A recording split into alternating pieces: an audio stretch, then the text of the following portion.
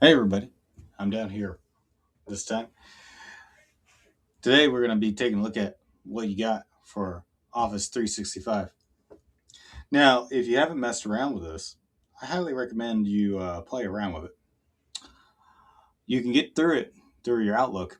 If you're using the app versions, they can have their own little problems. I like to use the browser versions on all of my Office 365 items. It also connects to the cloud as well. So if you save a lot of stuff to the OneDrive to be accessed at other locations, it's a good idea. But I also like to save it close on my own computer or flash drive if I'm working on something for the classrooms. Just my personal opinion on that one. But I'm going to show you some different cool little apps. As you already know, you got your Outlook stuff right here, but you can click on this little three dots. Or not three dots. What is that called? Waffle? I think it's called a waffle. I forget. My wife's a graphic designer, so she knows all this stuff. And of course, you already have some of these items here that you can create. And you got your standard Word, Outlook, Copilot. But if you click on that More Apps, it will take you to this little guy here, which takes you open to Copilot, right? Um, but you have all these apps here, all right? All of these cool new little apps. Class Notebook, Clipchamp, which is what I've been using to record all my videos. It does give you a finite timer on how long your videos can be, but it's a good idea. Connections, which is mainly for news and personalized tools or resources. Excel, forms, calendar. Kazala, which is a mobile work app. Learning, AI powered learning. Lists, creating and sharing and tracking data lists. These are all good. Loop, people.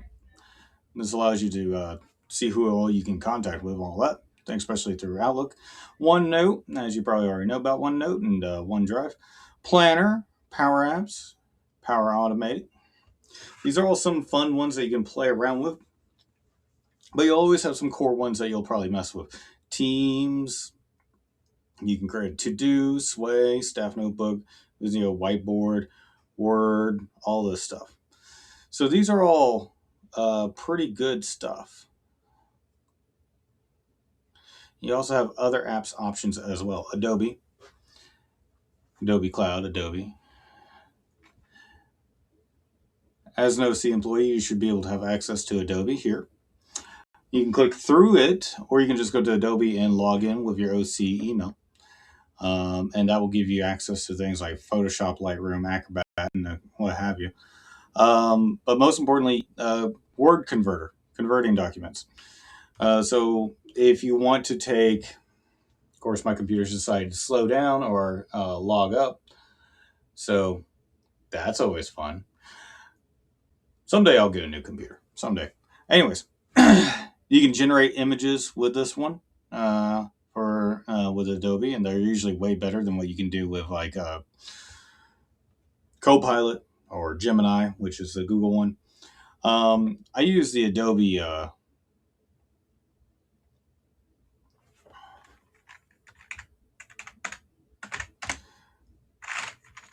document converter quite a bit because I may have a PDF that I want to transfer into a Word doc file or vice versa. Or you might want to e-sign it or what have you. And this will do it for you as well. You can convert all different types of files, whatever you may need. Compress a PDF. If you're having issues uploading it to Blackboard, you can compress it this way. Change a JPEG to a PDF. And PDFs are very important because it also allows us to have accessibility in our classes a lot better to a degree. Because you need to also make sure that your PDF is, or whatever you're converting it from, is accessible. So, yeah, play around with these. Um, you know, there's Zogotech for you guys who have been on there. This is a great way to play around with these. Some people don't know that this exists, and I just wanted to create a little video about it. So, yeah, hope you have fun.